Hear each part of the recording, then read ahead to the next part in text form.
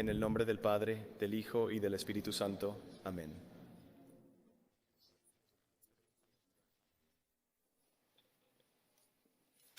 Bueno, gracias a todos por desafiar el clima esta mañana para venir. Los santos conmemorativos de hoy son los santos Faustino y Jovita. Estos son hermanos en la iglesia primitiva que fueron arrestados por predicar la verdad de Cristo, desafiando los edictos del emperador, y fueron, para hacer un ejemplo de ellos, fueron llevados a este gigantesco anfiteatro frente a 12.000 espectadores para ser devorados por bestias salvajes. Así es como el mundo intenta castigar y humillar a Cristo. Entonces tienes este gran espectáculo, 12.000 personas. Faustinus y Jovitae son arrojados a las fieras. Y nadie ha visto esto antes. Las fieras no los tocan. Y creo que Faustinus y Jovitae, este gran milagro, de todas formas, termina convirtiendo a todo el anfiteatro. Entonces 12.000 personas se convierten. Eso tuvo el efecto completamente opuesto al que buscaba el emperador. Y así es como obra Dios. Lo que el enemigo hace lo que piensa que hace para erradicar o humillar a Cristo, en realidad termina haciéndolo completamente opuesto. Así que esa debería ser nuestra lección. No escuchar o no prestar atención a la sabiduría de este mundo. Bueno, ya sabes. ¿Eso no sería prudente? ¿O no puedes hacer eso? ¿O Dios puede hacer cualquier cosa? Así que no prestes atención a lo que parece ser esto o aquello o lo que el mundo te diría que hagas. No escuches eso en absoluto. Absolutamente no. Predica a Cristo con valentía. Y es entonces cuando ocurrirán los milagros. Pero para hoy. Así que San Claudio de la Colombière, en el Novus Calendario, fue un sacerdote jesuita y director espiritual de Santa Margarita María Alacoque. A finales del siglo XVII, nació en 1641 en el sur de Francia, uno de 7 hijos, y 4 de los 7 terminaron entrando en la vida religiosa, y él mismo ingresaría en los jesuitas a los 17 años, y fue ordenado sacerdote en 1669 a los 28 años, y pronto se destacó por la claridad y solidez de sus sermones. Predicó mucho contra el jansenismo, y también tenía una gran devoción al Sagrado Corazón de Jesús, que como sabes fue promovido.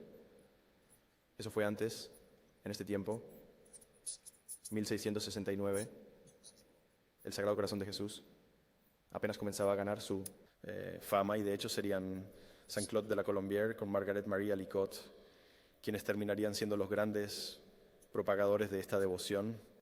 Ahora bien, como dije, él predicó mucho contra el jansenismo, y esa fue una terrible herejía que realmente arruinó muchas almas en el siglo XVII e incluso después.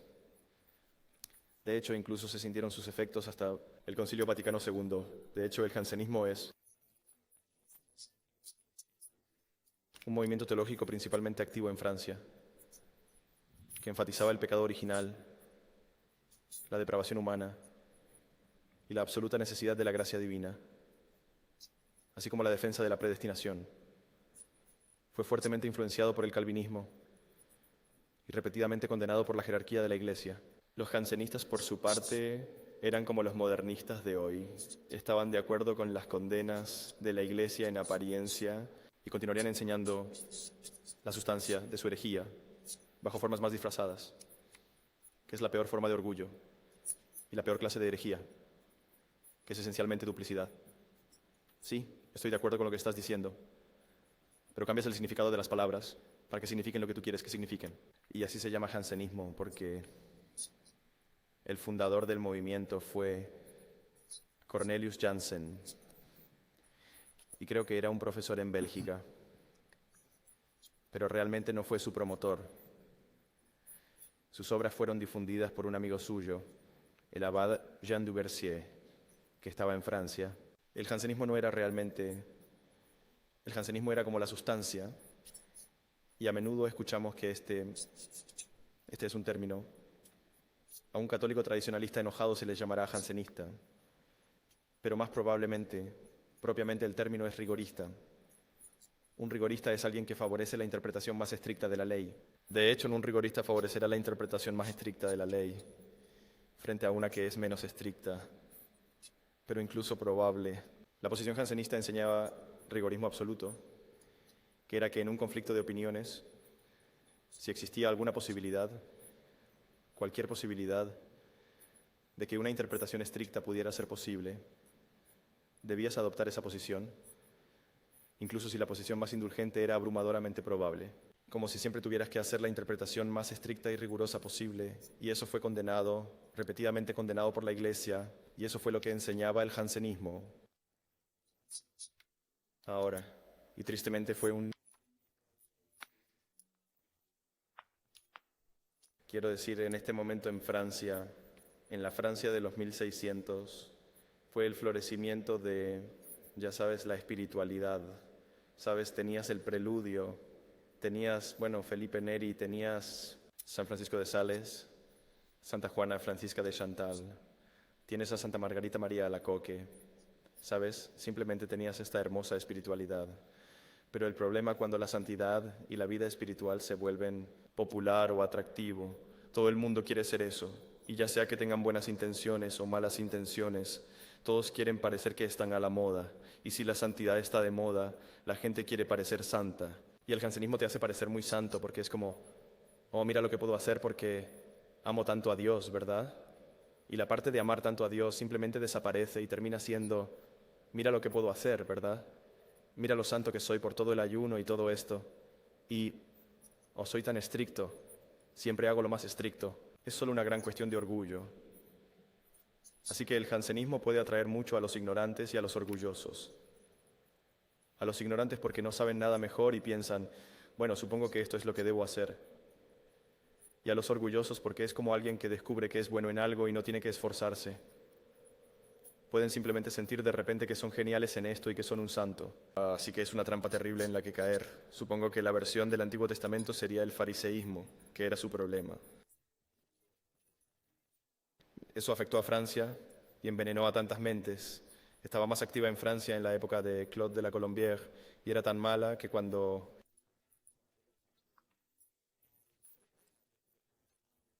los sacerdotes franceses tuvieron que huir debido a las guerras napoleónicas, huyeron a España y los obispos de España no permitían que los sacerdotes franceses predicaran o escucharan confesiones debido a su jansenismo, su rigorismo. Y los franceses lo difundieron a Irlanda y los irlandeses lo difundieron a América y se escucha mucho sobre este rigorismo excesivo en América. Y los obispos hoy, incluso los sacerdotes hoy, hablarán sobre cómo no deberíamos centrarnos en el pecado, el infierno y la condenación. Hubo mucha de esa influencia de los sacerdotes irlandeses en los primeros finales de 1800, principios de 1900, y el Vaticano II fue una reacción en contra de eso de muchas maneras, una reacción contra el jansenismo y el rigorismo, que ya era una herejía, ya había sido condenado, no necesitaba haber una reacción. Todo el mundo sabía que estaba mal, pero de todos modos, entonces ves cómo el error puede continuar durante siglos. Entonces Claude de la Colombière estaba predicando en contra de esto. Y finalmente, 5 años después de su ordenación, fue asignado como director espiritual de un grupo de hermanas de la Orden de la Visitación en Paray-le-Monial, entre quienes estaba la joven monja Margarita María Alacoque. Y ella había sufrido mucho, como escribe en su diario, por directores espirituales que no la entendían. Toda su comunidad no la entendía y sus visiones del Sagrado Corazón, pero cuando llegó Claude de la Colombière, él la entendió y le creyó, y fue un tremendo alivio para ella. Pero él fue un paso más allá y le dijo que no solo le creía, sino que necesitaba escribir todo y que él lo iba a publicar. Ella no quería eso en absoluto, pero él insistió y ella estuvo de acuerdo. Y él ayudó a que la devoción fuera aceptada, aprobada y eventualmente popularizada. Y como mencioné, él ya tenía una devoción al Sagrado Corazón. La misa y el oficio ya habían sido escritos en la iglesia por San Juan Eudes hace aproximadamente 100 años. Pero tiene un final algo triste. Solo 3 años después de haber sido asignado a ese convento, fue asignado por el rey Luis XIV para ir a Inglaterra como director espiritual de María Modena, quien era la esposa de quien sería el futuro rey Jacobo II de Inglaterra. Y como sabemos, Inglaterra era protestante desde hacía mucho tiempo. aproximadamente 100 años. Pero el rey James, quien era un duque de algo en ese momento, todavía no era rey, pero estaba en línea para heredar el trono.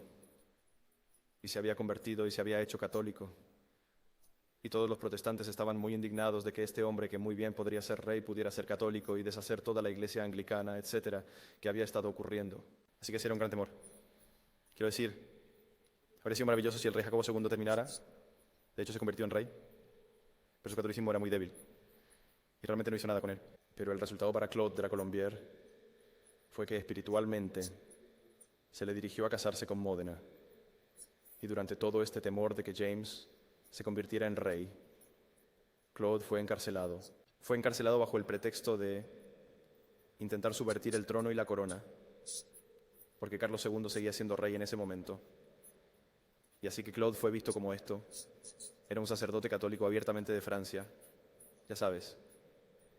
Así que fue encarcelado y mantenido durante algún tiempo, creo que fueron varios años, tratado horriblemente.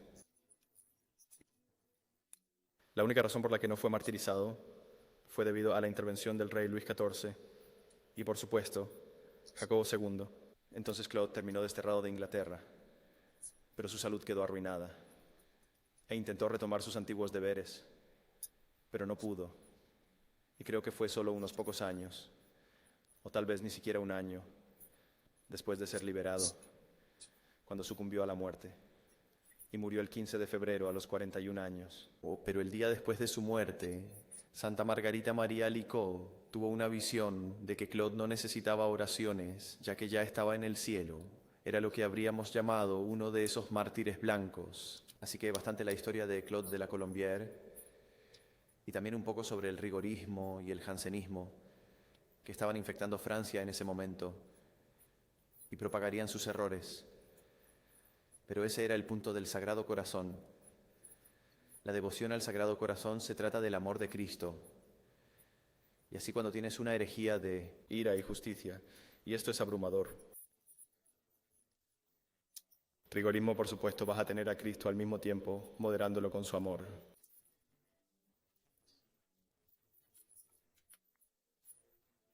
Yo diría, ¿sabes? Hay una hermosa oración que en realidad se llama Acto de Confianza en Dios, que Claude de la Colombière escribió. Y es abrumadoramente positiva en la esperanza y en la confianza en Dios. Es como, ¿sabes? Hay una sección que dice, otros pueden esperar felicidad en sus riquezas y talentos. ¿Sabes? Muchos otros se apoyan en la inocencia de su vida, los rigores de su penitencia, en la cantidad de sus buenas obras o el fervor de sus oraciones. Pero, ¿sabes? Yo no tengo nada de eso. Yo mismo, Señor, toda mi confianza reside en la confianza misma. Tú, oh Señor, eres mi única esperanza. Y eso es lo que realmente deberíamos hacer. No deberíamos tener confianza, ni siquiera en nuestras buenas obras, nuestras penitencias, nuestros largos ayunos, oraciones y vigilias. Realmente eso no nos va a salvar. Esa no es nuestra salvación. Eso nos dispone a la salvación. Lo que todas esas cosas hacen es que nos disponen a recibir a la puerta de la gracia de Dios. Sea lo que sea eso. La salvación de Dios, como quiera que llegue, ¿verdad? Eso es tan importante, recordar que las oraciones y la santidad, o las oraciones y el ayuno y las penitencias, eso no es lo que nos hace santos. Tú no estás logrando la santidad. Te estás disponiendo para la santidad y Dios te la da, ¿verdad? Dios nos la da. Es tan importante entender eso que ya sabes, no importa lo que hagamos. Es nada. Es menos que nada a los ojos de Dios. Es lo que recibimos y Dios, Él lo da, no lo da. Se lo da a uno, pero no a otro. Da más, da menos. Da proporcionalmente, desproporcionadamente, ¿verdad?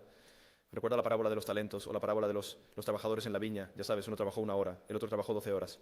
Todos recibieron lo mismo. No importa. Es más de lo que merecemos. Todo es más de lo que merecemos. Así que seamos como San Claudio de la Colombière y esperemos en Dios sobre todo. Confiemos en el Sagrado Corazón de Jesús y no nos preocupemos si estamos encarcelados. Si morimos jóvenes, no importa. Confiemos en la misericordia de Dios. Que Dios los bendiga a todos. En el nombre del Padre, del Hijo y del Espíritu Santo. Amén.